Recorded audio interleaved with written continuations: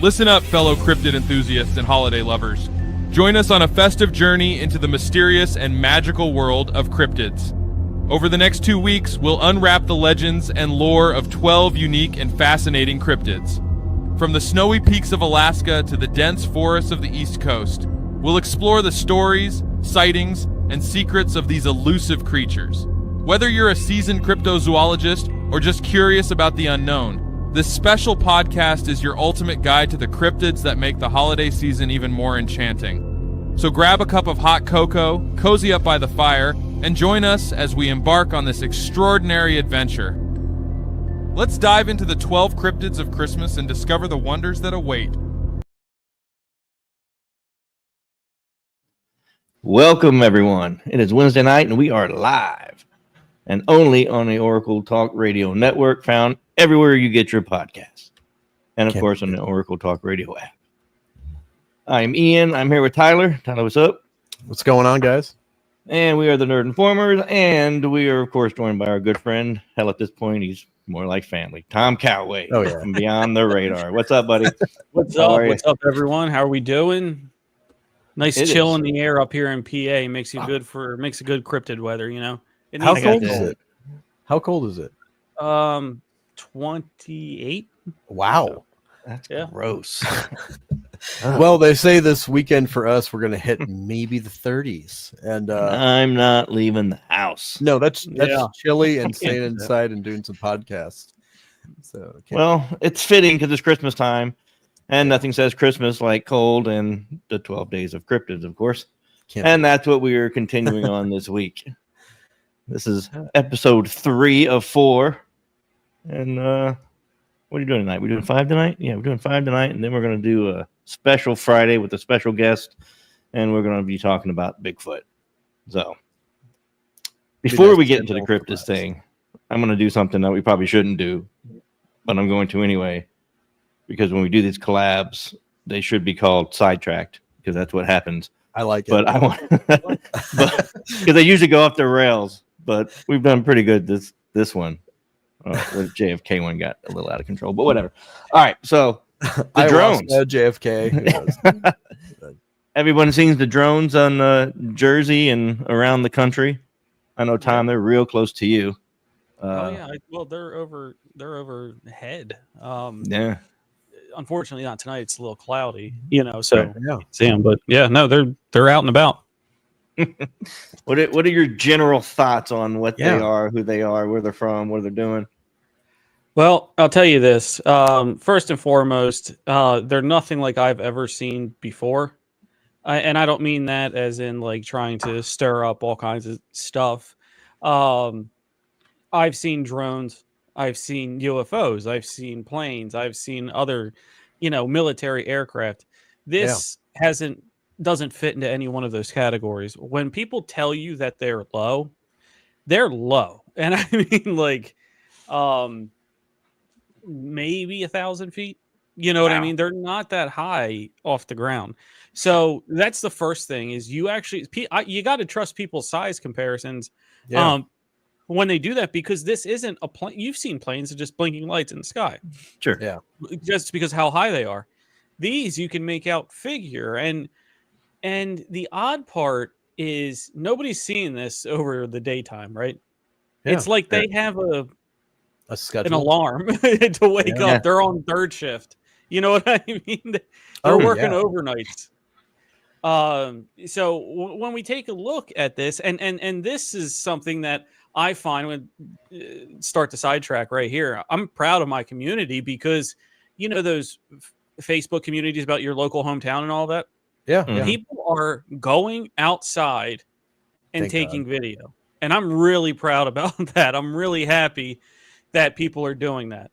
Yeah, for sure. Saying, hey, they're over here in this area. Hey, they're over here near this street. Hey, they're over here near this street. You know what I mean? And you're getting multiple different angles of these drones.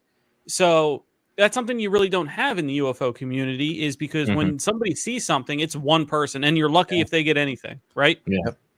Well, imagine there's one UFO in your area, but somebody's getting it from the north and somebody's getting it from the northeast and somebody's taking a video from the south and you're getting multiple different angles of these things. and which never happens.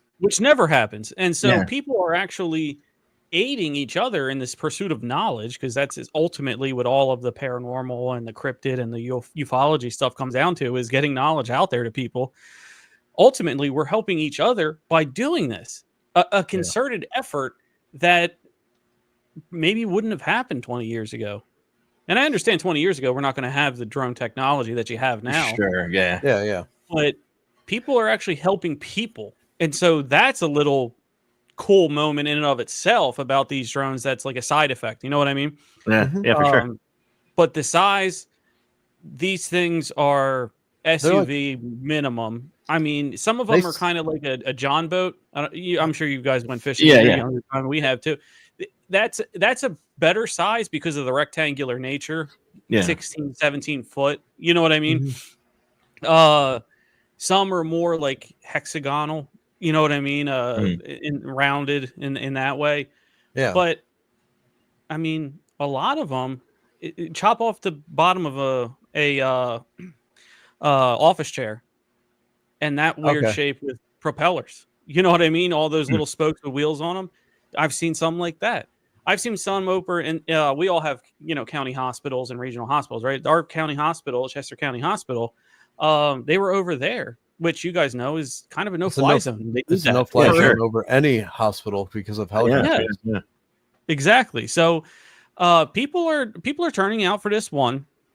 People aren't as dismissive because something's weird, and that's something that it's we like should a whole talk about city too. coming together on this. Well, and no one's talking about it. There's a lot of I don't know, we don't know, or it's just being blocked no from us, so we can't see it. I've heard two really compelling arguments for them, or reasoning.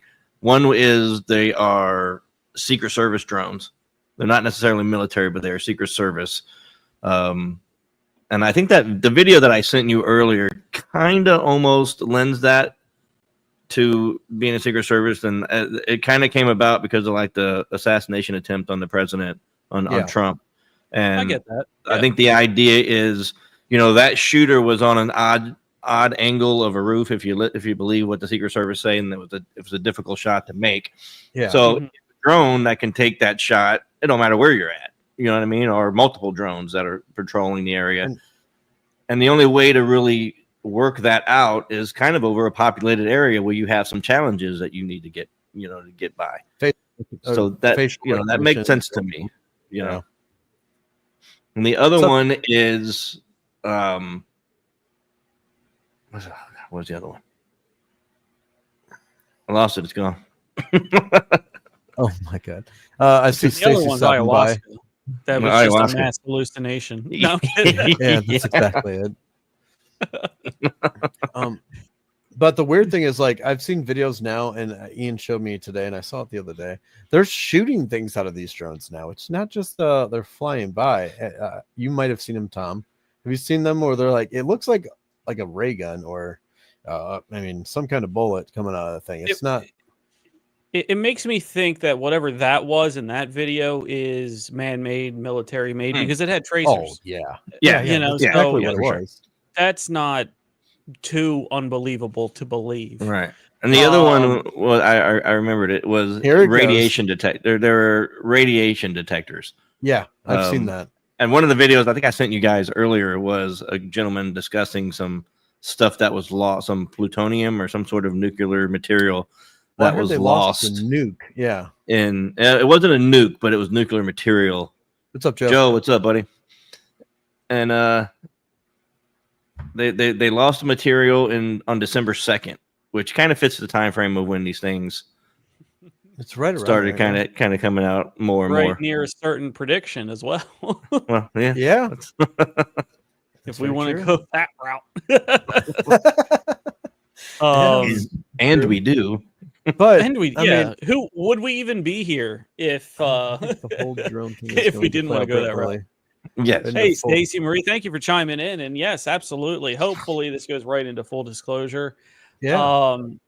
And before we get too into our topic, 9 p.m. tonight, little under 2 hours. Strange Reality, Dave Emmons. He has a wonderful guest who claims that they actually worked on Project Bluebeam and did not even know it was Bluebeam because of how compartmentalized their, the defense is. So he's worked a part of that. He's going to share what he knows about what these drones are, and to give everybody a little taste instead of not keeping you in suspense. There aren't just one type of drone up there. No. Sure.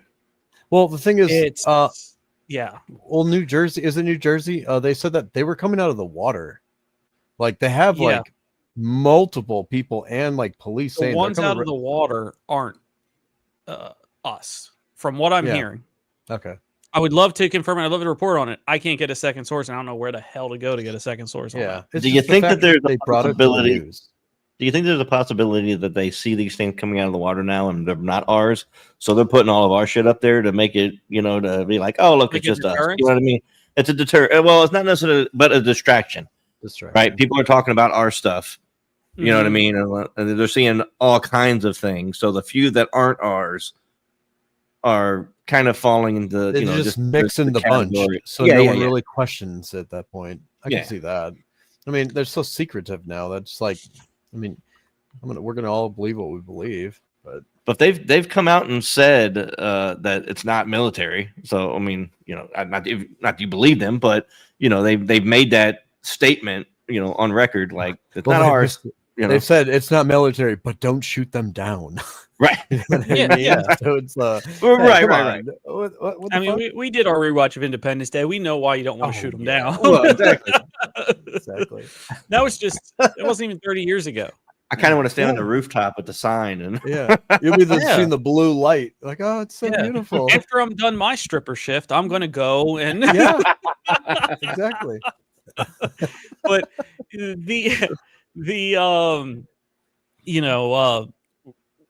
what these things are or could be is ultimately not what the reason they're up there for. I think we can all at least agree on that because of how you can't even trust the government. Right. I mean, you can't even trust them. And I'm going to be very careful about what I say because I did not set this to private. Everybody can watch us from wherever. And strikes are nothing new for the Oracle Talk Radio. Yeah. Oh, we know. We could turn this in. Something happened almost 5 years ago that really started the element of control for people. And when you have that, that wasn't the end all be all. It's what's next. Mm-hmm. And this, from a reputable source who you can hear him later, says that this is what's next in that storyboard, in that saga, whatever you want to, in that season. We can call it season if we want. Mm-hmm. It's what's next in that. The issue is they're claiming, and they can talk about whatever they want. You know what I mean? They'll talk about whatever they want, but they're claiming that one side of our affiliation of government here was bought out morally, and they're getting into that, realm. And when thank you, Joe, we love you. And when you get bought out, well, who did it? Somebody that has money but no power. Mm-hmm. Some type of organization that has all the money, more money than God, but no power. So what do? You buy power. And when you buy power, then you're able to enact the things you want to do with hidden budgets. And with hidden budgets, the government, everything has to be disclosed. That's true. But when they hire a private contractor for X amount of dollars, that's where that stops. Yeah. So Ian has Ian's drones, right? And I have to show where 30 billion, 30 trillion, whatever the number is, went. I said, I gave it to him. So now the disclosure people, the people who, want to make sure all the money's going where they are, all they're doing is calling in and say, hey, did you get a $30 billion check from us to do this? Yes. Right. You mind telling us what for? That's none of your business. Yep. You know what I mean? That's exactly because it's not. Now the money is out of my hands. That's Ian's money. Go tell a private company, show me your books. What do you think they're going to say? You know what I mean? No thanks. Yeah. If only it were that nice, And a lot of that stuff is going on. I'm glad everyone could follow me with that. I just don't want to say it out loud, and risk strike again. If you look at Project Bluebeam, a lot of it fits to what's happening, and I don't know if I'm making that that leap, because I know You don't have to, but if you watch, you'll hear what I heard. Yeah. Well, I mean, that's I'm hoping that I'm not putting that together in my head. You know what I mean? Like, you know what I'm That's saying? what I'm hoping. Yeah, that's. I don't want to live like that. Yeah, no.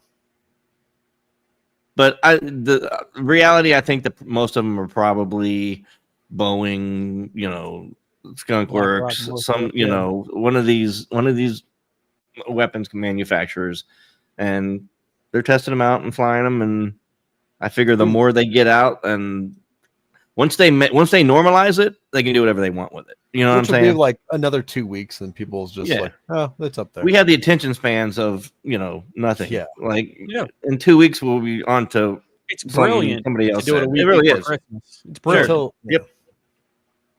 So true.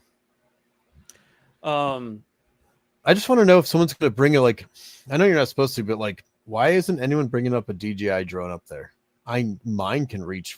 I saw people do it. There's some interference issues. I've heard they can't get close to them. You get close and you start having issues, and they. Yes, that's what I've heard. Yeah. Full battery drainage, EMF, or they take off and they can't keep up.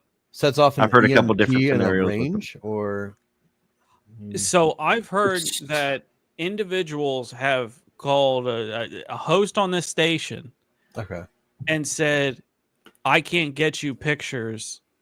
Because he asked them to. I can't get you pictures because whenever I get close, they zip away, or I have a full mechanical failure, which draining batteries, nothing's working, that sort of thing. Again, can't confirm it, but I've heard the same things.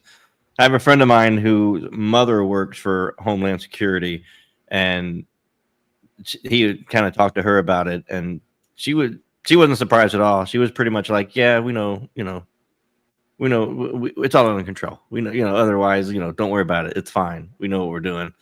Type situation. Oh, yeah. And they didn't go into too many details, but it's don't be afraid. We have it under control. Nothing under control. Or they do, and they know exactly what they are and where they came from, and I like to think worst case scenario, because you never know. I mean, worst case scenario, something affects that radical change step 2. Well, they say scenario, we never know. Yeah.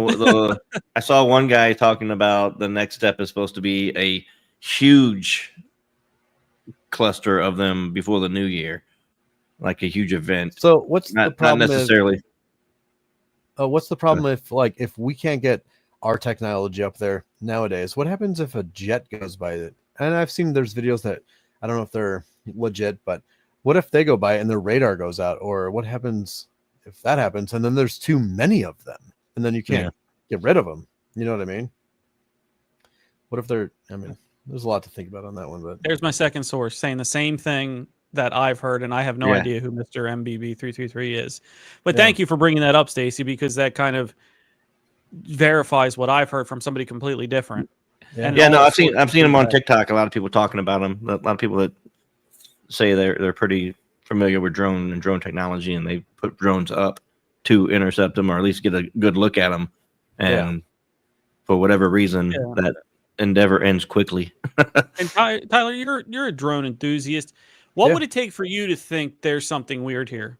You have your drone, you're fired it up, it's ready to go. Walk us through that. I mean, it's the same thing. I mean, I know realistically with the battery life on like a DJI, like let's just say a Mini, they can travel 8 miles. And you can go above the restriction.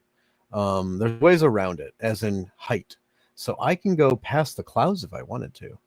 And the thing is, those drones are so smart these days, it'll come back to me even if my controller lost battery or the drone itself knows it's going to lose battery. It'll just start flying back to you and land exactly where it took off. You don't even have to take control of it.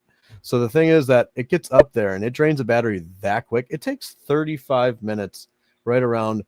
We're talking about going 45, 50 miles per hour plus. You're going quick.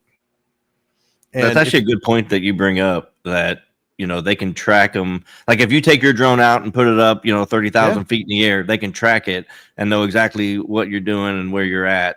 Why can't they track these things? You know what I'm saying? And it's a cover up, dude, on that part. That's what's odd because to me. the FAA, and the thing is, unless it's not registered, like most drones under 249 grams have to be registered with the FAA. You have to do it. It's because of it's tracking you no matter what. And so the ones under can get away with, you don't have to put the information in. But the thing is, I can still go 8 miles anywhere in any direction, and it will still have enough battery to get back to me. It'll stop at a point where it's like, hey, it knows I'm losing battery. I'm going to come back how far you're out. You're not going to control it anymore. It's coming back to you. And you just have to let it. You'll just watch in the sky, like, there it is, and it'll land right in front of you. That's how smart they are. So it makes a decision when that they can't do that. The government knows it, and they know that they're tracking them and not saying it, or it's an unregistered thing that they can't pick up. It's one or the other. There's not another way. So I can't imagine it's something that from another country, because I think we'd take it out immediately or somehow interfere with them immediately. At this point, in my opinion. So it's either ours or they're extraterrestrial. And that's the way I see it. Most likely, most of them are ours. Yeah. At least I think. And I think if China was flying drones over here or Russia or whoever, we'd be taking them out. Just like the balloon that without hesitation. Florida, dude. Like that spy balloon that was like a weather balloon that everyone said it looked like the moon. It was so big. They shot it out of the sky. Like, well, after it got all the way across the fucking country. It got all the way across, west to east too. That's exactly it. Like maybe they did lose, control of it, but at the same time, these things are like they're going in dangerous areas over no-fly zones, and they're not carrying. Like, so that makes me think it's them on that part. Because they would have shot it down, in my opinion. What if it blows up a hospital? Yeah. No one knows. Well, I mean, the thing is, and Stacy, getting back to yours, I saw that Oregon story about UFOs too. I mean, England has, or Great Britain, London, they have Heathrow. They have their own crazy stories going on as well. I'm hearing that these plasma orbs are the ones that aren't us. And the reason why they appear as plasma is because that's their propulsion method. So it's not an orb. We see it as an orb. Yeah. But really, it's the propulsion shooting down, and we are looking up at that plasma that way. So that's why it's an orb. The shape might not be an orb, but it creates that orb. That effect under your eyes, to fly. Yeah, it's an effect to us. It's not necessarily the shape. There was one in Tampa. Yeah, I saw one in Tampa. I saw. Remember 1 week ago, maybe 10 days ago, I can't really, but this was Jersey, this was North Jersey, and nowhere else. And now look at it. Yeah, exactly. Yeah, I was on a cruise when I saw that they were in Tampa that night. Yeah, I saw the picture. I'm like, holy shit. I saw it on TikTok. I saw it on Google. I saw it, everywhere. People were pointing it out and on Facebook. So it's not just one person. It was multiple people posting it. Which is wonderful. I mean, that's something that we've been, as a community, advocating, wanting people to work together, because we're not, honestly, we're still probably not there yet with believing everybody when it comes to this sort of thing. Yeah, there's still a sense of pride of putting them down because they saw something weird, and it scares you, so I need to discredit them. Yeah, you know what exactly. I mean? Yeah, no, you're right. We're that might never go away. I don't know. You know what I mean? But it's certainly not at the point that we're at now. Now, if you were to be, let's say Bluebeam, let's take Bluebeam, right? Okay. If you were to be enacting Bluebeam, would you have them show up everywhere at once, all at once? Boom, snap of the finger, they're there. Or would you start and desensitize people that it's over this area, and now it's over another little bit of area, and now it's moving this way, and now it's moving this way? I think I would do it this way. I would get them all out at once. Too. I would never have them all just boom. If you do little dribs and drabs, what you're going to get is you're just stretching it out. You're making it a longer. You're making a story bigger, and you're making a bunch of little stories bigger than what they are. If you just get one big story out of the way, that's, at least I think it's human nature, but I know most Americans have a very short attention span, so it won't take very long for these things to be normalized in a sense, and that's the way I would do it. I'd roll them all out and say, you know what? We'll let you guys fight it out and decide what you think it is on your own, and you guys can make up your own decisions. And whatever you guys want to go with, you can go with. And and in the meantime, we'll continue what we're doing and say nothing about nothing. And then they're gonna have another distraction that's like, oh, who cares about the drones? Yeah, it's another story.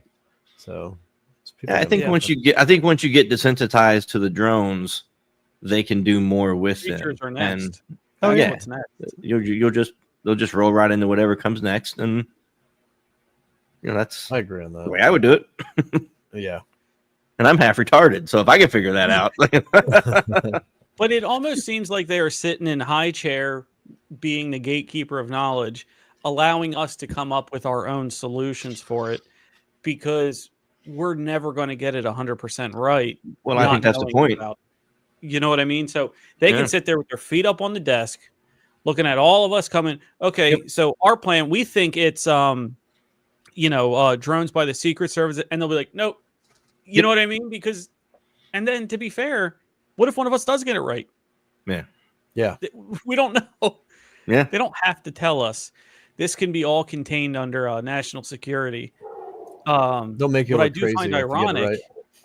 is if this is allowed to be disclosed, nothing on there is radioactive. You and I, we both know that. That's the big cutoff point between disclosure or not, is radioactive material. Right. So the fact that, so there's one of two interesting things. There is radioactive spinning mercury on these things, having them hover and zip, zip, zip, zip, and they figured that out, which means they could have told us about this all along. Or two, it's not radioactive. There is no nuclear power on there. And that has to mean it's us by conventional means. Yeah. So there's two interesting ways you can go with that. Well, I look at we've talked about this before with UFOs and the lights and stuff. If I was testing out a bunch of drones, I wouldn't have lights on them. You know what I mean? Like, I test them at night. Most people say you can't hear them. I just shut the lights off. That's very true to think about. Why not Southern Utah? Why not Northeast, Northwest Montana? Why not? Well, I thought about that too, and I think that they need the cityscape to be able to do what they're doing. Whether it's testing for radiation, whether it's the Secret Service, hunting around buildings and stuff like that. I think maybe they need, or they just want to get as many eyes on them as possible to get the story out. I got a place out in Harrisburg that had its own meltdown in 1970 something, where Pennsylvania could have been blown off the map at 3 Mile Island. Go do it there. Yeah, go do it in the middle of the mountains. Yeah. Maybe they need people. They maybe want they us need to ask buildings. questions. Maybe I think it's to desensitize us. Maybe they're searching for hybrids. Well, that's why that's probably why they love us doing these type of things, because we come up with all kinds of crazy theories, and maybe we're right, maybe we're wrong, but we don't know. There's no way for us to say yes, to prove it. Ooh. Check out Stacy's message here. Oh yeah. The Palladian said eventually there will be big screens on the sides of their ship explaining to everyone what's happening. I'm so interested in how we go from drones to that. And Stacy, stay tuned, because the Palladians do play a big part, as you know, adhering to the cosmic law of one and being a light energy. They are very interested. If you were to, and this is not for everybody, people can believe what they want to believe, but if you were to believe that there are different species, especially outlined in this book, I love this book. You guys should read it. It's more of like an encyclopedia rather than a book, just telling you about the different species, what they believe in. If you were to believe in, the Palladians, they are a light energy. They are the Nordics. They are the taller, white, almost human looking. Definitely, very light. And then we have us that are more brutes. You know what I mean? Really fitting with the hybridization model that some people have put before. Right. Arcturians are another way, where they are some of the guardians of Earth, because they need to keep Earth pure and allow us for spiritual development. Just like how the Bible said, just like how religion says, this is for spiritual growth. However, there are dark forces that want to get in here, because we do dabble as humans in darker things too. Yeah. So there's that battle going on as well. And Stacy, thank you so much for being a light warrior. We love that. When you I forget talk if you're about the Orion or the cat. I forget which one that would be. But if you were to believe, that's just a quick encyclopedia lesson for anybody that had to do that. They are some of the ones operating or in knowledge of the watercraft coming out of the water. and shooting down. They're the plasma ones shooting down the drones here above land. And the first one was shot down December 3rd. Mm-hmm. So, which would have proved that prediction right. Yeah. But you don't know there's 12 strands of DNA. Yeah, that's why there's bloodlines. That's why same families get abducted over and over again, children and children along that. Yeah. But yeah, should be an interesting show. I'm still waiting for him so I can put that up. So, take it with a grain of salt now, but I do know that show is coming and I can't wait to see it. Yeah. I'll be Drones, watching that. guys, how fun. All right. I knew we were going to get sidetracked a little bit, but that went exactly where I thought it was going to. Yeah, but to be fair, we had a lot of people interacting in the comments. We did. So we did, and that was we always love that. So can't beat it. And whenever we talk about aliens, it's always a good time. So you can't have a bad time talking about aliens. Yeah, they're working together. We should have that just sidetracked volume 1. Yeah, put together. We're just going to start a whole new podcast called Sidetracked, and it's just going to be us just talking. We're going to start with JFK and end up talking about. And we ended up on a recipe for like stuffed peppers or something. That sounds about right. It'll be a cooking show by the time we're done. Yeah. It goes to 3 screens and then it changes us playing like Price is Right, spinning the wheel. The bipolar podcast. Everywhere all at once. Yeah. Man. I like that movie. That was a good movie. Yeah, I don't know if Ian's seen that movie. What?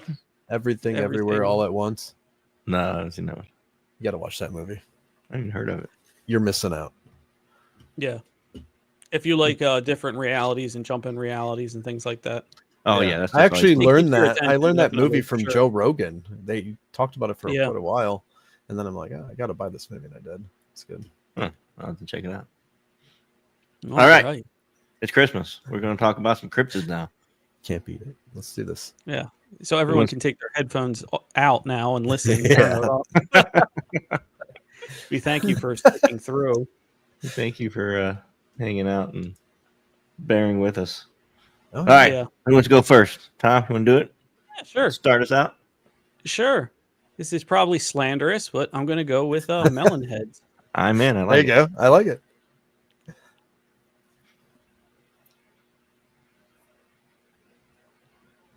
Nothing wrong with a little slander. What's Wednesday's without any slander? All right. So this is the story, guys, of the melon heads, which, well, I'll get into that a little bit later, but, we'll get into how they started and what they're all about, because this is probably the most human-like, and some consider them actually human, cryptids. So, these stories are most prevalent in Ohio, Michigan, and Connecticut. I've heard a lot of Connecticut, but apparently they're also, they also have these stories in Ohio and Michigan. And the common thread is that they are small humanoid creatures with unusually misshapen heads. So these stories come from right around the 1930s, no matter which state you're talking about. And there's one mysterious figure who seems to be like the head of it, and his name is Dr. Crow, which is a very good name for somebody who would be studying this stuff. So melon heads are humanoid creatures that live in the woods of those 3 states, and only in certain areas. And the reason why they are in those areas is because this gentleman, Dr. Crow, was apparently doing experiments. There's 2 different stories. The most prevalent theory is that he was doing experiments on people that had hydrocephalus, which is brain areas of water in their skulls, so they had misshapen larger heads. Mm-hmm. And there's a story that he was evil and experimenting on them, and forcing them to breed and then raising them and trying to create some sort of hybrid creature. The other one is the complete opposite, believe it or not. The other story is that he took these children in because they were children, not adults, apparently. Yeah. And he took them in and gave them a place to live and felt bad for them. There's both stories end up the same way, though. That the children, when they became older, revolted on him, killed him, and then went out into the woods and were living off the, eating game and all that kind of stuff, living out in the woods. So the stories differ about how they killed him. The one is they eventually just got fed up and said, no more, none of this. And then they killed Dr. Crow. The other one is that the one where he's nice to them in this version, his wife passed away, who they loved her tremendously. And being not quite human, they didn't know how to act and, went wild and killed him that way his place burned down. So that's the two stories about how they got it out into the woods. Most of the stories, if you come across them, is more trickstery rather than evil, if that makes sense. Okay. They're not going to kill you, but they'll pop your tire. You know what I mean? That type of stuff. When people see them, they chalk it up to, the Melonheads did this. The Melonheads. There's quite a few stories, none so recent, but a lot of them in the 70s where people were hiking and they had, they saw creatures with unusually large heads that were human, still clothed, tethered, and all that kind of stuff out in the woods. So much so that some believe elements of this were taken for the movie The Hills Have Eyes and Wrong Turn. Another famous story is the Bean family in Scotland, who people traveling along a road, they killed them and were cannibals and they ate them. Sort of along those lines where if you don't come into their area, they won't bother you. They'll throw sticks at you, they'll throw rocks at you, they'll do that kind of stuff, but they won't bother you unless you come in. Now, nobody's had reports of any deaths or anything like that, but in Just those an small annoyance. towns, in the woods, they claim that Melonheads will are the guardians of the forest, and that's how it more evolved spiritually. People who were deformed and now they're living in the woods, but very unique, very interesting. And the lore, especially in Connecticut, and I can't talk for the other states, but Connecticut has, it's one of the oldest places in our nation, and there's a lot of sanatoriums there, and there's a lot of old decommissioned mental health facilities there, psych wards, all that kind of stuff. And I have to throw this in there. Our intern, Nicole, who was helping me research the story, her mother used to work at one of those, and knock, knock, guys, those sanitariums were still operational up until maybe like the early 90s. Like, it wasn't that long ago that some of these places got shut down. And she said every day there was some kind of haunted thing going on there. It's a place of a lot of hurt.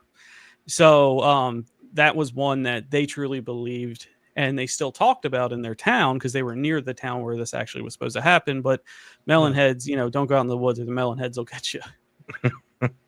So it kind of sounds like they're a little more human with just maybe problems. a defective gene or something like that. From what Tom was saying, that can be passed to breeding and stuff. If you have a baby, your baby's going to be your baby's hereditary. Gonna be the same way.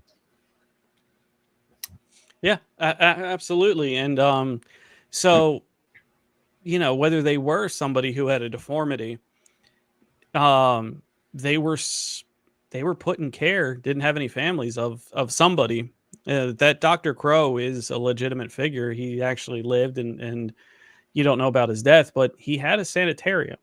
So could that have been what happened? And the other stories in Connecticut and Michigan all evolve around the same time. Now, that's a hell of a walk, Connecticut to Ohio to Michigan. But you have to pack a lunch for that one. You really do have to pack a lunch for that. But if that was the case, it could have been that some just kept walking, some stayed and some kept walking. But the ironic thing and the thing that's really cool about this, and you can believe, everybody can have their own opinion about it, is that all of the descriptions have been the same. Okay. Yeah. They had clothes, they were humanoid, there was tethered clothes, they had dens or caves that they've been in, and it's the head shape.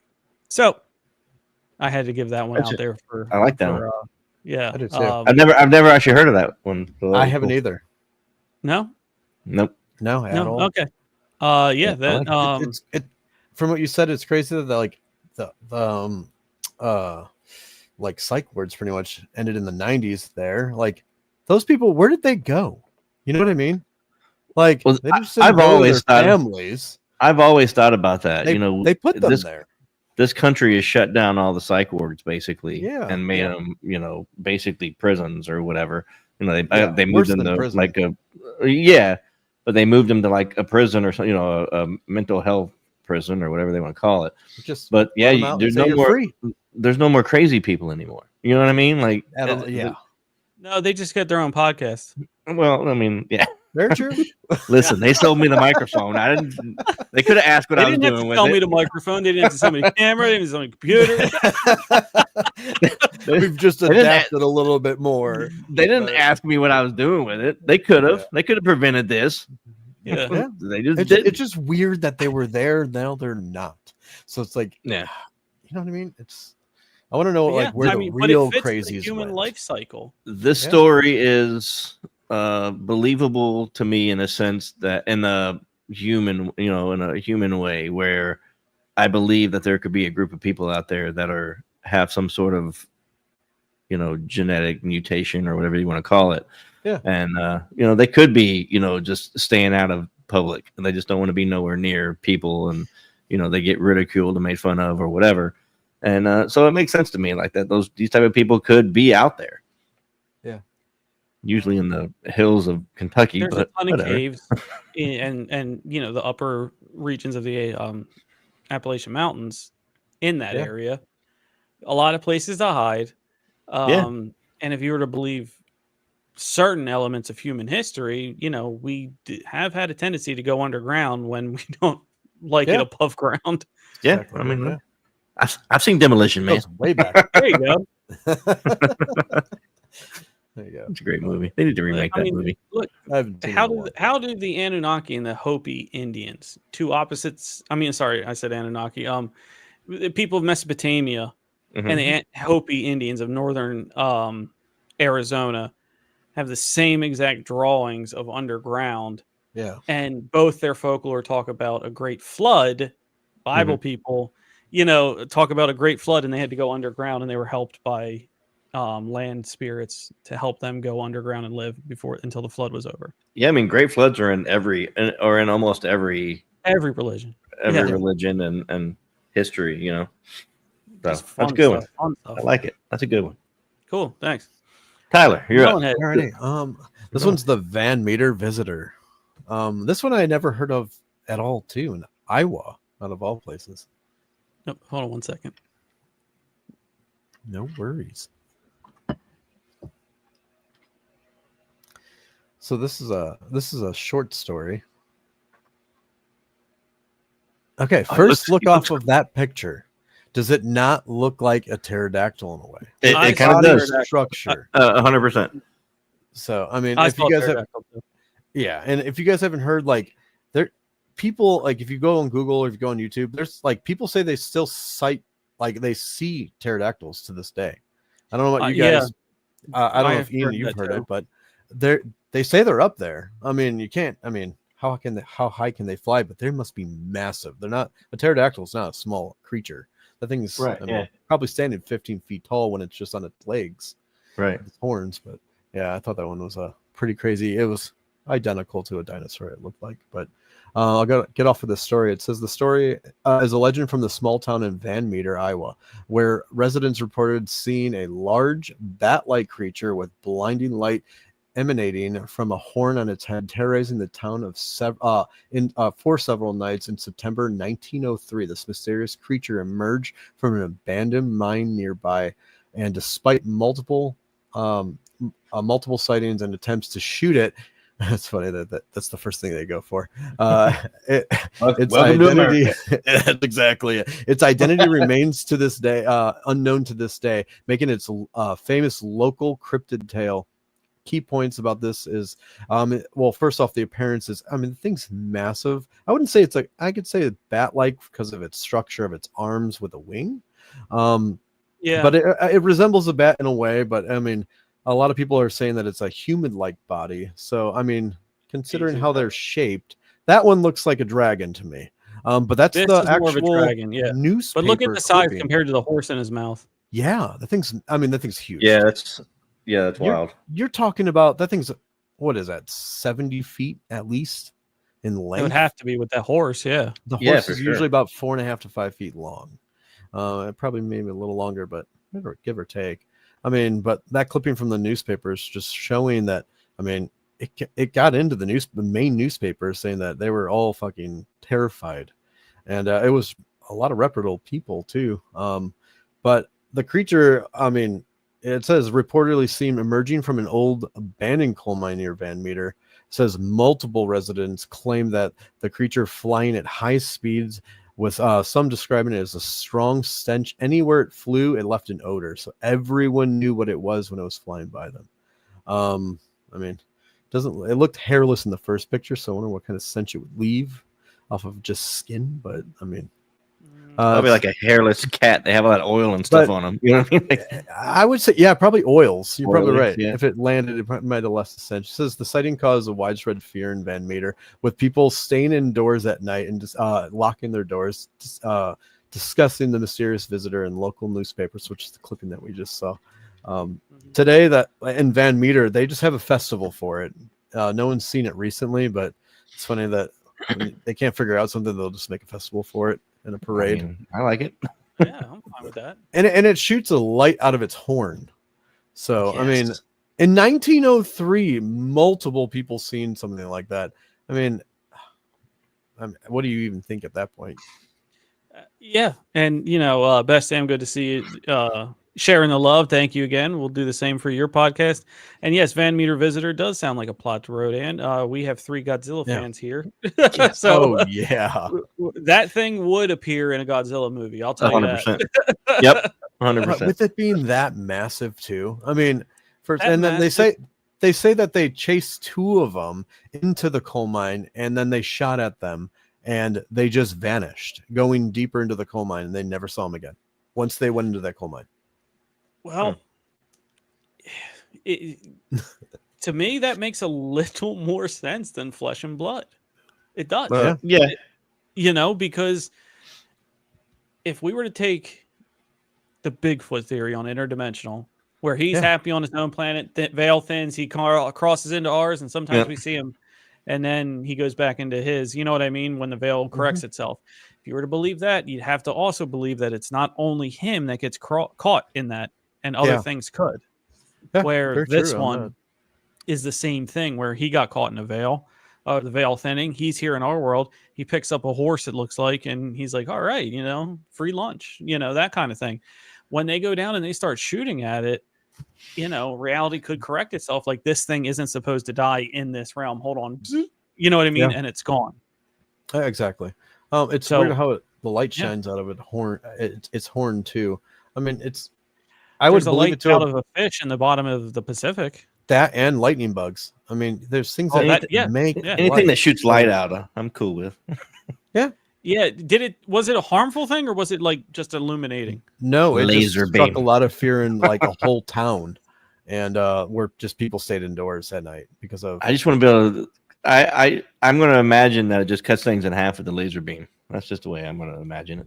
Well, why do you need to be that big then, too? You know what I mean? That's unfair. You might as well have cool stuff. You should be in the video game. Like, what are you doing? You're way overpowered.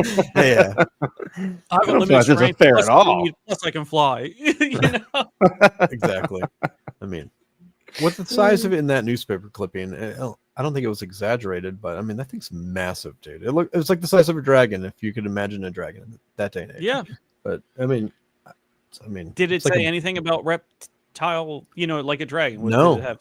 No? It didn't have any, and it didn't have any features. It was at night that people were seeing it, and just the light shining at them, and that they were chasing it, of course, shooting at it because they wanted to kill it. Other than that, no, there was no other descriptions besides that. But they still hold festivals to this day about it. I would love to see that festival, to be honest. Yeah, let's do a road trip to that one too. I think we should just do a road trip festival one year and just go to all these crazy festivals, because there's a bunch of them that I need. There's so many, dude. Like, donate to our Patreon if you want to see us be a complete jackass for a oh my year. god, I'm down. Yeah. Mothman. I think we got a Van year on Der us. You know what? That's buddy comedy we didn't know we needed. Yes. Yes, exactly. Oh man, we just had the best idea. That's great. I like it. Yeah. I like it a lot. Please All right, stop cool. donating. We can't do it anymore. We cannot Yeah, that keep was up the- with the demand. They won't let us in They anymore. won't let us stop. They won't let us stop. Man. Yeah, that would be fun. But All no, good one, Tyler. I've never heard of that one. I'll tell you that. Yeah, No, me neither. never. Mm-mm. Oh, Trying to man. find ones that like I've never heard of. So like the first two I saw, like, well, actually now Yeah. the fourth, fifth, I'm just trying to find the ones that like we've never heard of, and it's just something Yeah, I think interesting to talk I about. think now. all of them tonight are like the little known cryptids. Yeah, I like could. that. Yeah. You know, equal Yeah. opportunity cryptozoology. Oh, I'll be yeah. honest. I picked the next one just because of the name, and it makes me very happy. I know where we're going with that one because I The- I got a giggle out of making this one. So here it Yeah. is, guys.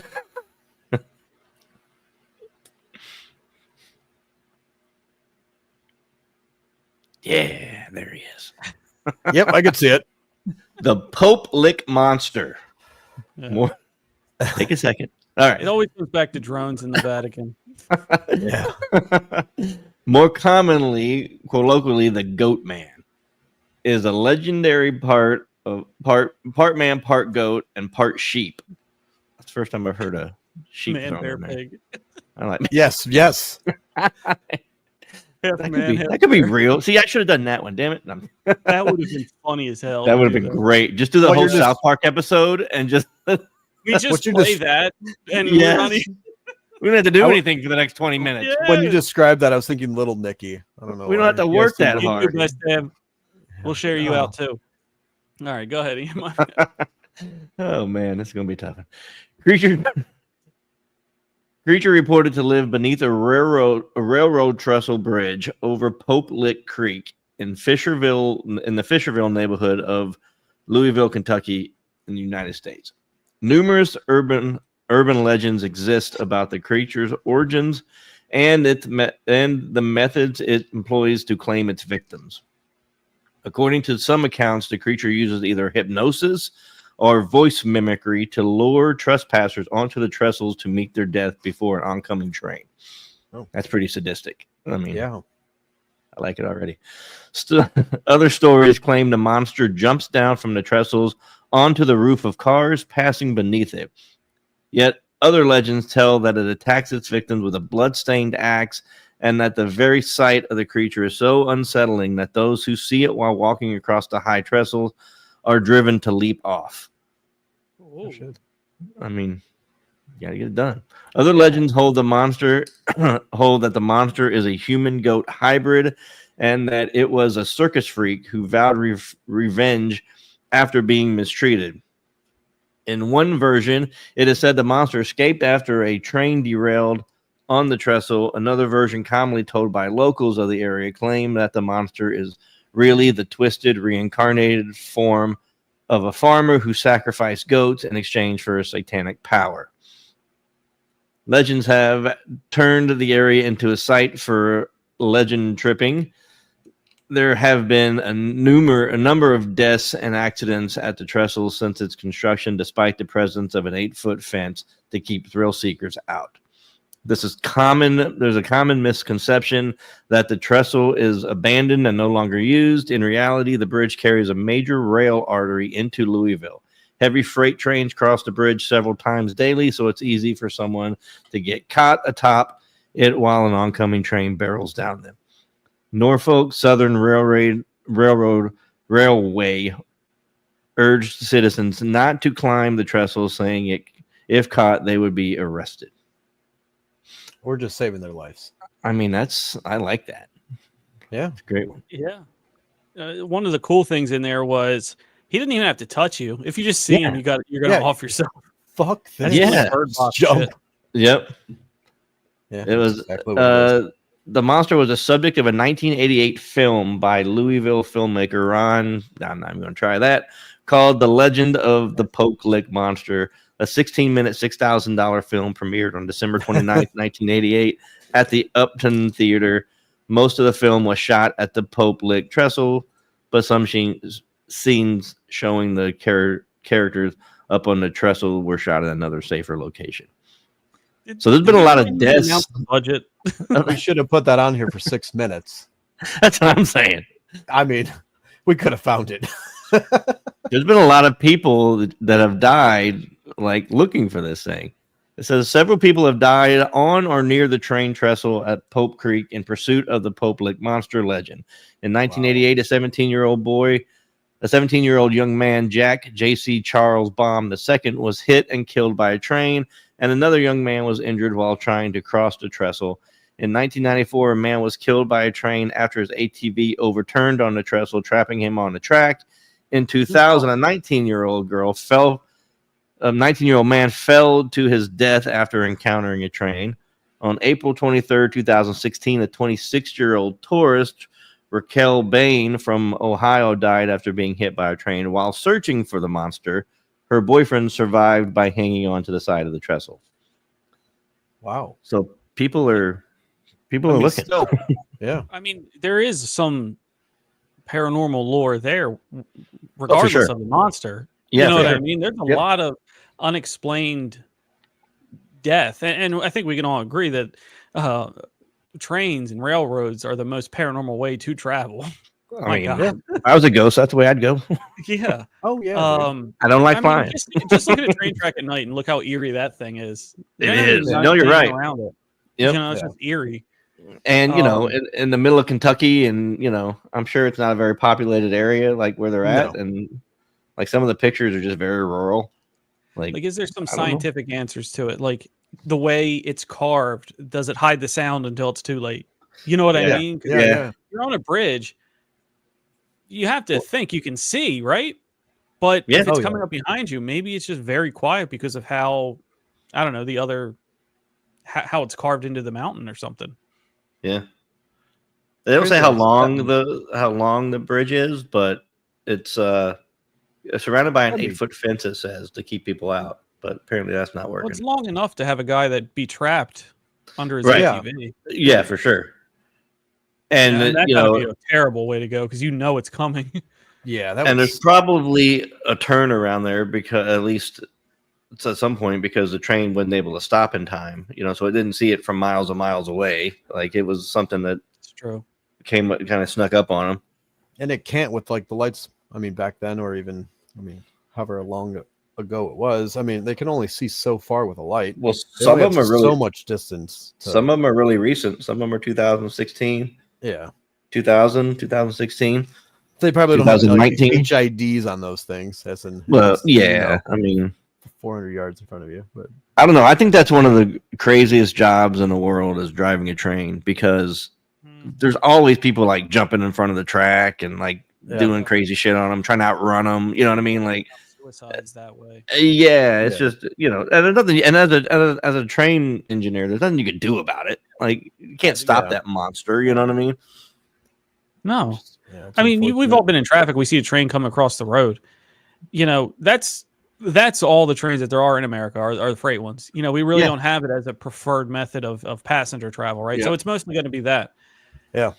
You can hear the weight when just two of those things bang up against each other. Oh, yeah, you can hear how metal on metal on metal. Yep. And people still choose that way. Man. It's just, it's they really want to go.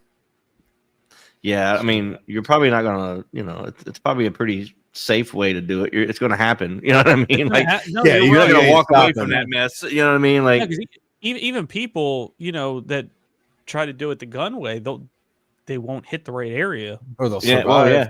They'll either survive or it'll be a pretty gruesome way to go. Yeah, for sure.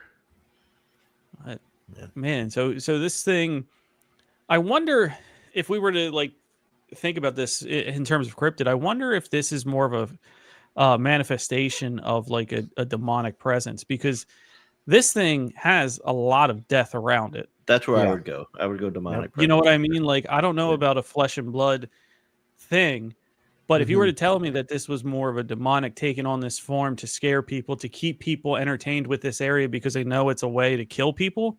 Yeah. That sounds pretty reasonable with everything that Ian has described with the death and everything like that. Yeah, for sure. I agree with that. Oof. The demonic fits really well, actually. So that's the Pokelick monster. If you want to go, it's in Louisville, Kentucky. I'd stay off the bridge. yeah. But that doesn't work out very well All for right, people. road trip. Yeah. We set one of those Walmart card tables up when we do a podcast from on the train track on My the bridge. God. Hi guys, we're for our live stream today. Thank you. Oh, man. The last camera shot is the card table like flying like that. Yep. Anybody hear a Legs and all- train coming? Yeah, legs and all man. extended. That's Oh, fine. man. That Walmart bust ass card table is fine, but the three of us are knocked back to Montana. Yeah, exactly. Oh, Picking on man. Montana. Sorry guys if you're listening, but no, I got one that's up there for a cool title of one. This is the Bear Lake Monster. I like it.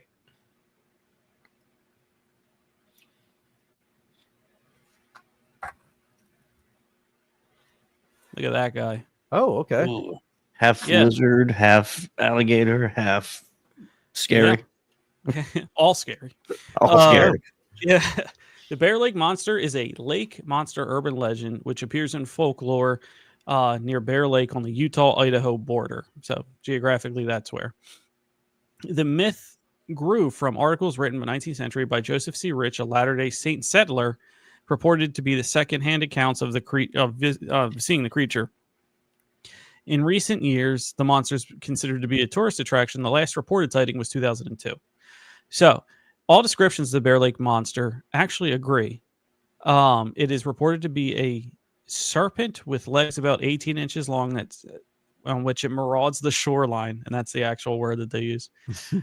So, serpent, crocodile is probably the two things closest if you wanted to mash them up.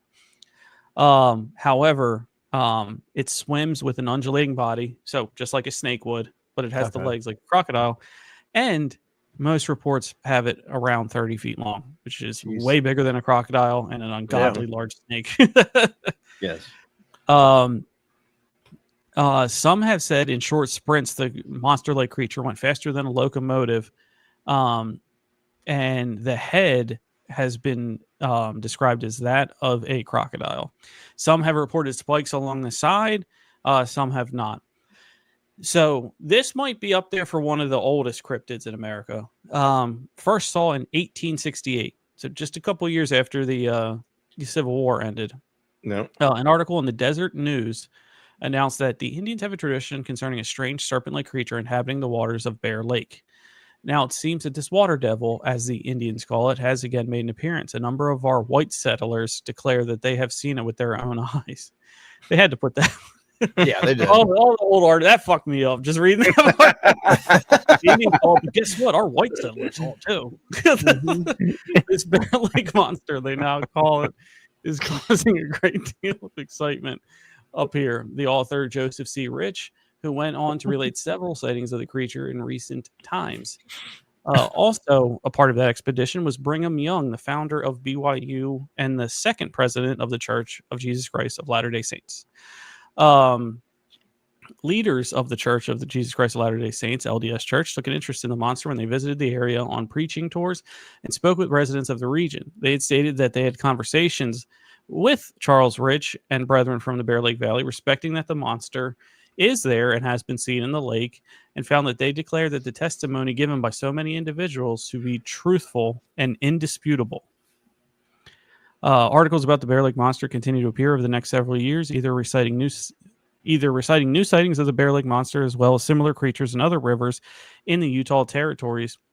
The number of alleged appearances of lake monsters across northern Europe has caused people to speculate whether there was an underground channel connecting the Great Salt Lake to many of the other waterways in Bear Lake and around. Brigham Young was not the only person interested in capturing the creature. One local resident proposed using a large baited hook and attach it to a 20-foot cable with 300 yards of slack.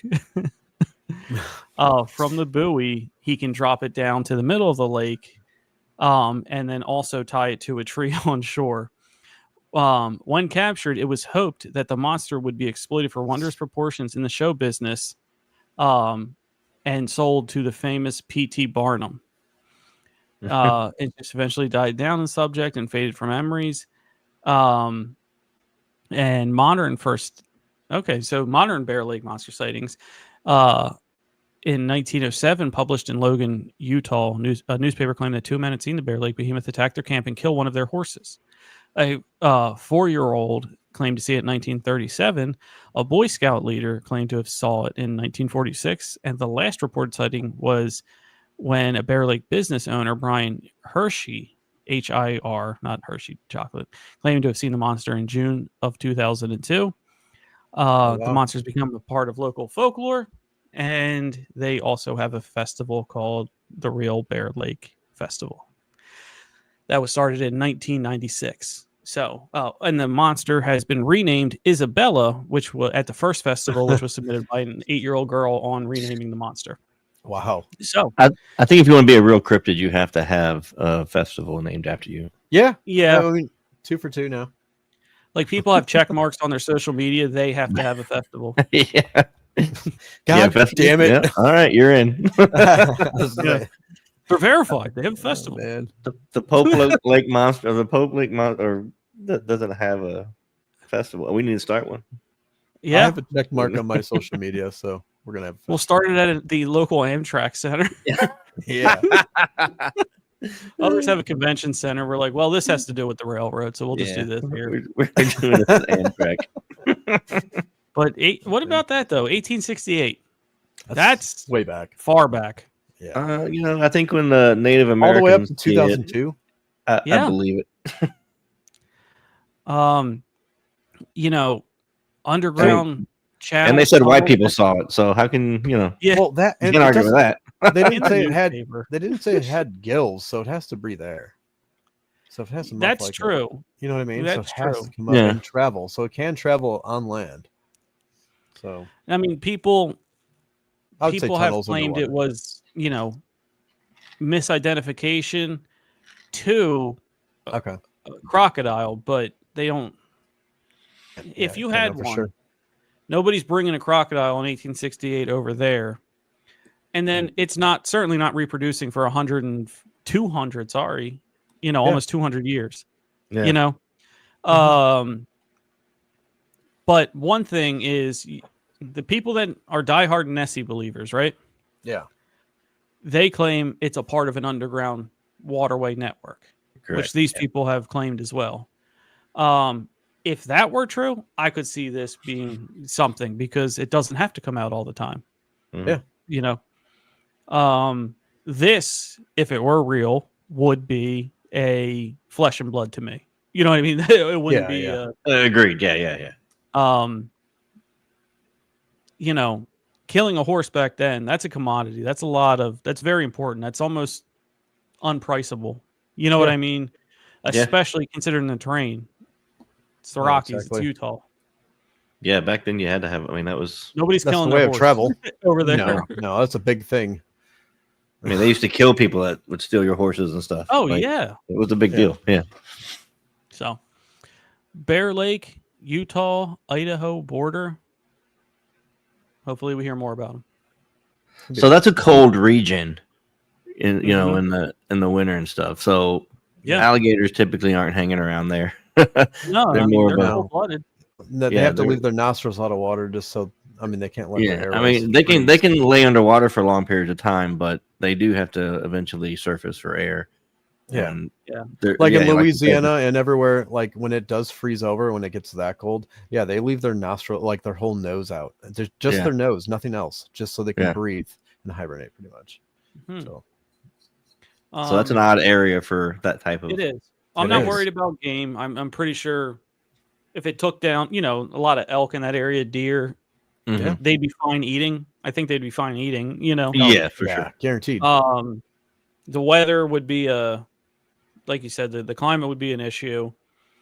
If it were an alligator, I don't know if it would be the best to swim through underground channels. How big are they? They might have to, they Are could there be air down- pockets? Is there volcanic activity There could that be far air down? pockets. And I mean, Yeah. warmer water down underneath. You never know. Yeah. Volcanic activity, mountains. You never know. Yeah, I mean, there could be a population of them where the ones that these people saw, because keep in mind, there's only seven sightings in 160 years. Yeah. So who's That's to an say, interesting if they spread. get lost, you know what I Yeah. mean? And those ones died off. Yeah, that's an interesting spread to have, 7 sightings over that long of a time period. Yeah. And, think you From have the that far to- founder of the Church of Jesus Christ of Latter-day Saints, and then you have the most famous one, Brigham Young, Yeah. the second one, who founded a college. They're getting Mormons to come out. They're getting people to come out that way. Yeah. I don't think they're going to be trying to scare them away with monsters. No. I mean, yeah. It's Unless not going to somebody fit else their was. business model. Somebody else might not like their business model and said, Yeah. Yeah. I'm We're gonna going to buy set a up a suit." new heaven right here. What the hell is that? Yeah, Yeah, exactly. I have questions. Yeah. I ain't coming here. Man, That's a good one. I like it. Definitely a good one. Yeah, good I one. like that. I like that. Yeah. All right. The next one on the list is the Dark Watchers. Dark Watchers. Yeah.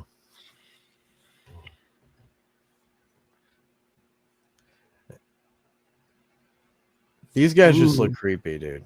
Yeah, they're That's a creepy, for sure. the old farmer vibes with the wife. Yeah.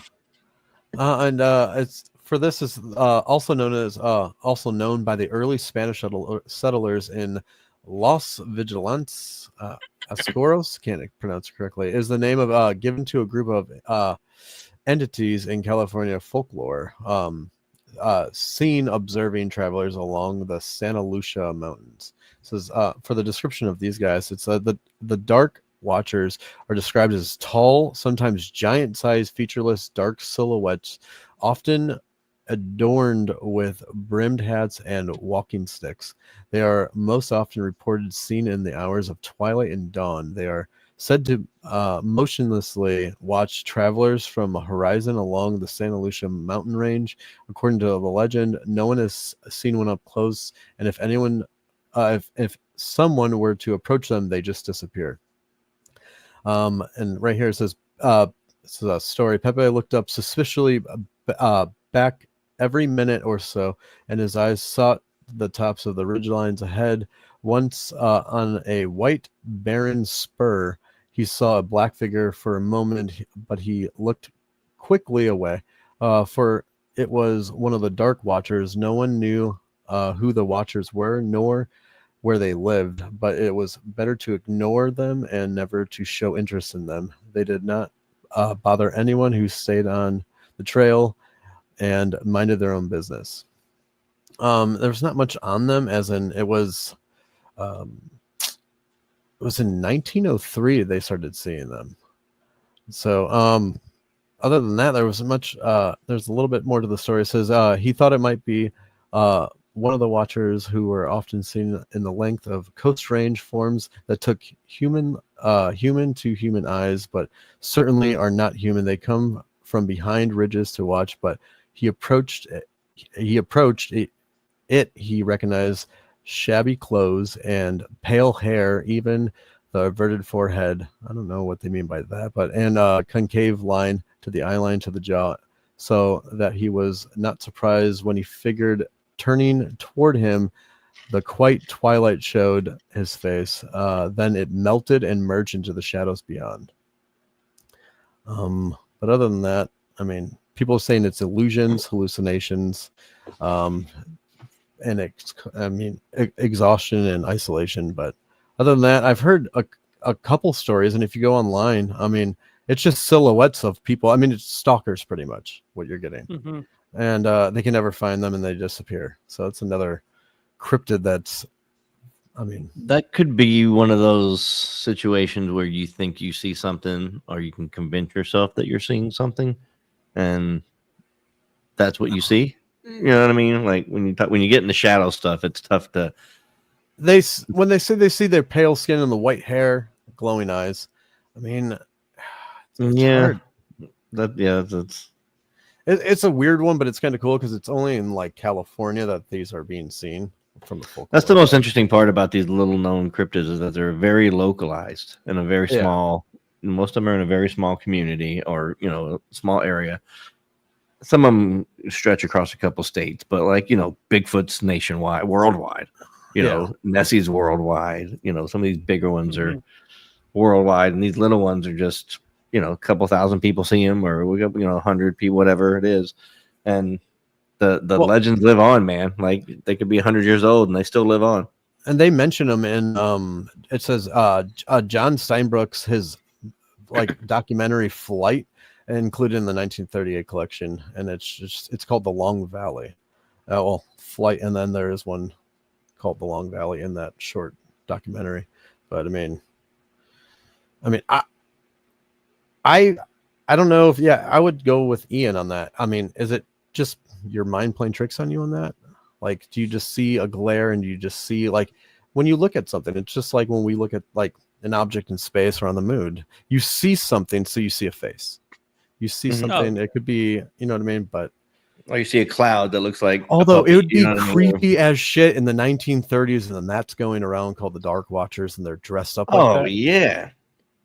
I mean, I'm thinking Children of the Corn, but like, I have that like look. I don't know. I my mind goes that way, where there's just Southern people. And not just only they're watching, their body language appears to be judging you too, and that's always terrifying. That's the scariest part. Probably it's just like I joked around. I joked around about somebody around Halloween, and I said a haunted house, but instead all the lights are on, and it's just your family looking at you, like judging you. So, how's that job going? Yeah, exactly. Yeah. How's that new boyfriend you got? Having a kid. Yeah. I like it.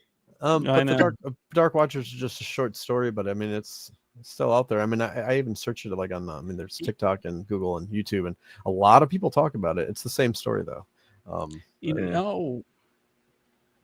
This is what it brings out of me. Okay, hey Tom, what are the Dark Watchers? To me, I'm thinking, and what I'm sensing is aliens. It's aliens keeping tabs, and some people are vibrating at the same frequency as them, so they can see them where we can't. Yep. And as you know, they love to target the same bloodlines and stuff. Yeah. So who's to say? Do you really think they come all this way? If you were to believe in that, they come all of this way, and you're staying over your friend's house and you're not home? No, they're going to keep tabs on you to know when your best time to, you know what I mean? So who's to say that they aren't in the distance watching you, where 99% of people don't even see them because they're not paying attention, or they can't. He goes to the bathroom at 9:00 every night. Yeah. I'm going to get him. Scare the shit out of him. What are you doing in there? It can go so many different ways. Shut the door. Shut the door. I like that. I like that theory of it. Or is it someone, as in what you were saying, as in, it could be also what if it's someone watching over you, as in taking care of you in a way. I mean, it could go two different ways. Or just keeping track of you. Creepy. I mean, it's creepy. It's exactly it. Like, is it someone looking down on you, or is it maybe they're keeping an eye on them just to see they're safe? Yeah. It sounds like it'd be more paranormal to me, if in that it would sense. be, yeah.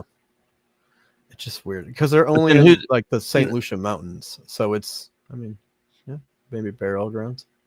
So who's to say, ghosts don't vibrate at certain frequencies also that, some people can see and some people can't. I know a lot of people say they've seen ghosts. I haven't seen one. I want to. I'm trying. But, the only thing you got was a picture from St. Augustine. Yeah. That's maybe I need to get that picture somehow. I think she still has it. It's a great picture. But I think that, I don't know if I'm ever going to see a ghost just because maybe I don't vibrate at that frequency. You know what I mean? Like, figure it out. I've never seen a ghost up until I went on an actual investigation. You know what I mean? And it took a while for that to happen. Sure. So I don't know if it's something like, oh, you're born with it or not, or you have to know. You have to open yourself up to it, maybe. Yeah, you have to. Well, you have to be in the environment too. First, yeah, for you sure. know what I mean. Have to accept it as well. Yeah, you have to, be cognizant of that this is actually out there. This could happen. Yeah. Because the investigations I went on, it wasn't like let's just see what happens. No, we were there to collect evidence. You know what I mean? It was, a and I can't purpose. speak for everybody. Yes, exactly. I can't speak for every other one, but the ones that I went on were very factual based, EVPs, dowsing rods, not so much the newer tech that you might see on your shows and stuff like that, but you wanted to collect something, and then people had downright terrifying encounters at like happy places. You know what I mean? Believe it or not, bars might seem scary and all of that, but a lot of times it's just inhabited by people with residuals that they used to go to the bar. They might have been an alcoholic. They might have, you know what I mean? They go there. They want to do that. And as sad as it is to say, they might not even know that they passed on. So those are like fun things. And then all of a sudden you'll have somebody whose head goes on like a snake and goes in front of your face. And it's like, holy, God almighty, that's from a horror movie, which somebody has claimed in our crew that has happened. So you have to be like aware that anything could happen. I mean, I couldn't even imagine that. At the same time, we have to we have to be like, thank God that's not happened to us. Like they have to experience that, and they probably experience more things than that. They're just more acceptable to it. I don't know. But it has to be. I mean, there's all different levels. Yeah. Well, here's one thing, right?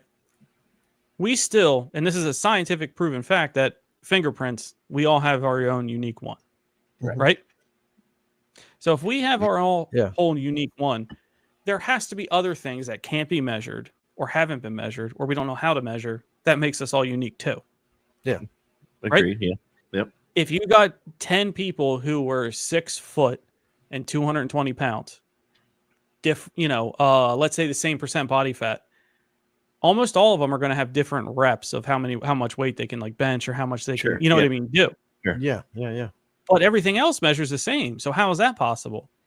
Yeah. That's the unmeasurables that you're talking about here. And if there's unmeasurables for scientific things like that, there has to be some on the frequency side in the metaphysical world. Oh, absolutely. I understand that. Yeah. Yeah, Joe. One thing, if you're into it, is put on some headphones, listen to put on a calming thing in YouTube, and try to imagine yourself on a train going to different stops.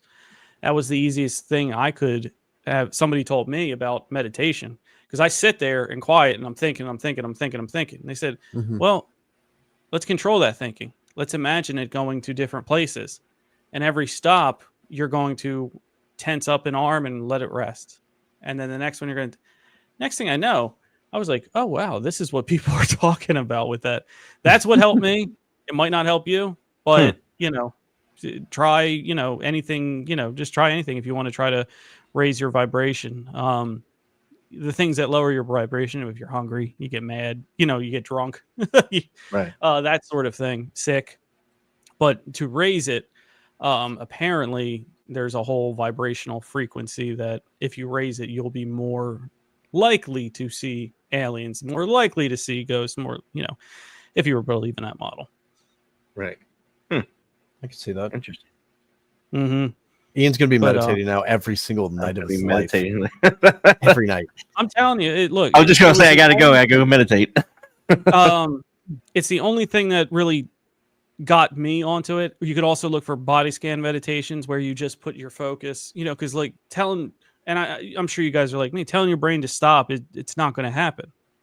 It's not. Yeah. You know what I mean? So let's just control. That's the problem I have. My brain runs, even when I'm sleeping, my brain just runs and runs. Yeah. It's not for me, man. It's so hard to shut down, and it just runs about dumb shit too. Like it's not even anything important. Just Yeah. The weird part is I can just shut it off where I don't think about anything almost. I don't know. So I've always had that. I mean, going to bed, I'm just being quiet. I can where I'm so quiet and like not thinking about a thought that it's loud. You know what I mean? I have voices in my head that I don't know. It's not weird. Me. It's hard to explain, but I just think about just all kinds of crazy shit all the time. I just can't shut it down. So weird. Yeah, it's it's look up a body scan, Joe. Look up body scan meditation. They're like 10 minutes long. It's something to ease your foot in, dip your toe into that water, and you can do it laying down. That's why I tried it, because I was like sitting up. I'm like, all right, like so laying down. Yeah. I want to, you know what I mean? Like Yep. laying down, I'm at least a little better. And you might fall asleep, but be prepared for that, because nobody's ever gotten that on their first try. So, but what you do is, you flex a body part, you put all of your focus in a body part. I'm really feeling my hand. Here's my fingers. You know what I mean? That sort of thing. Yeah. I feel the bed on the back of my hand or my palm, depending on how you're laying. So Yeah. Okay. just a quick trip that way. And I'm not a meditation person. I'm just passing along things that have helped me. So Right. Well, we're learning, so that was and Ian's writing that down. Yeah. no, they're good. I mean, you gotta. How good could it be being a YouTube video? But it's not so much being in their control. It's just having something on to tell you what to do, and it's guided. Every time Tyler calls me, I'll be like, "What? I'm meditating." Yeah, it's gonna happen. Meditating's not bad. I mean, it's not. No, it's definitely not. And you got to have that shutdown mechanism. More and more. You know what I mean? I do, man. You got to have a mechanism to shut down, and that's the hardest part for me. He just woke up 10 minutes ago. I had the craziest dreams all the time. I tell Tyler about crazy dreams all the time, man. Like they just make no sense. It's just, and half of them are really funny. And then yeah, it's crazy dreams. Do you have crazy dreams, Tyler? Because mine are not. So the weird part is, like, I have dreams, but I don't remember them. I know there's sometimes where I'll wake up and like, okay, I used to have a lot of dreams. Like, let's get started with that. And I would write down things that I would dream about. Like, I would wake up in the middle of the night and I would write it down, because I didn't want to forget about it later when I woke back up. And now it's just gone to I'll have, I would say, almost like a nightmare where it feels so real now. And then I'll wake up, like I woke up like in the last couple of weeks, I woke up screaming, and I'm like, dude, it's just so weird, because it felt like the time I told you guys when, dude, there was someone like above me, like holding me down, where it was like sleep paralysis. I swear to God, I had it. Like, I've never experienced it in my life, only once, but I had the same feeling when I woke up and I was screaming. I'm like, dude, they drugged you, so Joe. weird. I'm telling you, like, I woke. It was the scariest. It was the same fear I had when that happened, without someone above me. I woke up screaming, and I'm like, dude, something just weird happened. I can tell you that. Like, it was, and then I'm like, it took me like forever to get back to bed, but yeah, it was. And the problem is, it's not going to be easy after something like that. Well, the problem I had with that is, when I would go back to bed, I would be in the same trance I was in the same nightmare, even 10-20 minutes apart being awake. I'd go right back to it. And I didn't wake up screaming, but I was like, dude, it's like I have to stay up because I'm going back to the same spot. It's so weird. I couldn't explain it. Yeah. I've had something similar like that. But other than that, like every night, I mean, that's only happened like a couple times, but every night, I mean, I see pitch black, out. I don't think about anything when I go into bed. I'm just quiet. Yeah. I'm a quick from laying down to actually out too. No, not me. I flop around like a fish for an hour. No, Ian knows me, and Ian knows my schedule. Yeah. I'm in bed by 9. I'm asleep, and then I wake up like every day. My schedule is I'm up at 3:30. I'm up at literally 3:30, 3:33, right there. No alarm. I'm up, and I go to work like a little bit after. You're like the reverse school kid. Yeah. Some of my dreams are cool, and if I wake up, I try to go back to sleep to catch the end of it. I kind of want to see how this ends. I've done that. Yeah. Yeah. I know. And when we get into like dreaming, and as anyone like lucid dreaming, I've only controlled like 2 of my dreams ever in my life. I don't know. I've had a couple of times where I've said to myself, "Oh shit, I'm dreaming." I don't know that I could actually control anything, but I knew that I was dreaming. Like I knew I was, and I could fly, and I knew I was dreaming. And the thing is, growing up, like I was one of those where I would research it, and then like just writing something or doing light switches, doing things in your dream that you'd normally do in real life, and then something different would happen when you do it. And so you just get your mind into a set of you do these things over and over and over again, and something's gonna be different when you're dreaming. It's a good way to practice it. If you look it up, you know you're dreaming. You'll know you're dreaming when you do something repetitively every night before bed, same thing. And then you'll do it in your dream, and then something would happen differently when you do it. They talked about that in that show, Evil. Tom, did you ever watch that show, Evil? Oh, yeah. With the cats. Oh, you got to check that show out. I love. They only did 5 seasons of it. And ended. Jericho. I think that's what you guys. Oh, I love Jericho. Was really good too. Yeah. Oh man, that and Revolution. Revolution. Oh, I've seen Revolution, but yeah, I got to get on those ones. Oh, so Evil just they don't make them like they used to. No. Good storyline. But Evil's about like the Catholic Church, and they go out and they do like they assess possessions to see like if it's the real deal or if it's just somebody crazy. Okay. Yeah. But it's really cool. It's a really cool show. You'd like it. Yeah, for sure. I'm gonna check it out. I did watch that. I did watch that movie last week after that. And I have a hankering to watch the others with Nicole Kidman too. So I might put that one on there tomorrow. If you remember that one? Yeah. What a twist that was. Yep. Yeah. I haven't seen it best forever, but twist of a movie that's not The Sixth Sense to me.